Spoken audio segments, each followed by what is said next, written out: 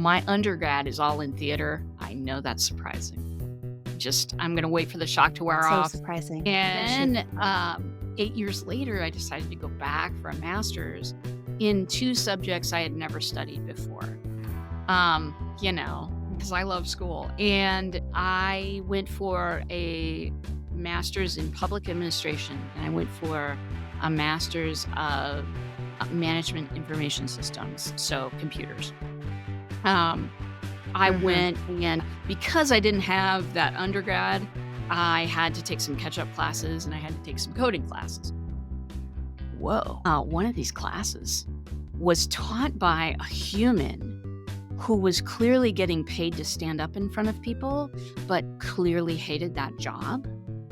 And code is not something that I can do. I'm so happy to leave this up to other people. I can manipulate something somebody else has written to get my own thing rolling that I want to do.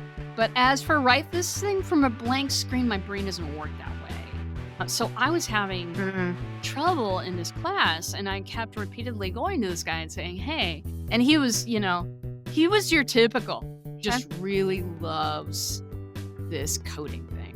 And so he was a TA for this class, and he taught my class. And holy moly, I kept going for advice, and he kept saying, well, I don't know how to explain it to you because code just makes sense to me.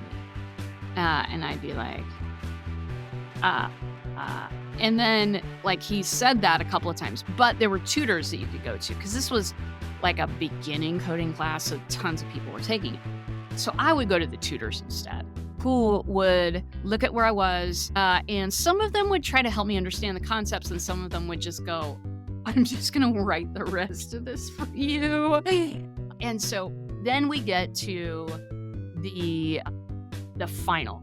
And so I'm always going to go up to the professor and say, okay, what's going to be on there? I'm always going to get it from their point of view. And because you can get some good nuggets that way. I went to this guy and I said, so, what's going to be on the final? And he said, I have no idea. And I said, really? I mean, like, you haven't taken a look? Because the questions were written by somebody else. He says, no, I don't take a look. I just take your bubble sheet and I run it through the scanner at the end, and that's your grade. And I thought, okay, I have paid money for this person to completely abscond any responsibility they had. And it maybe wasn't fair to put him in that position because, again, he was a TA, I mean, this is how big schools go. But that is the anti-lesson. Listen, I'm not going to never fail my clients. I'm going to fail them sometimes. It sucks. I hate it. They hate it. But they know that I'm going to be there 100%. This is my measurement, though. It's not whether I'm 100% successful in everything that I do and everything that I teach. It's how far am I away from? I don't know. I just put your sheet through the thing and it gives me a grade. What do you want from me? More.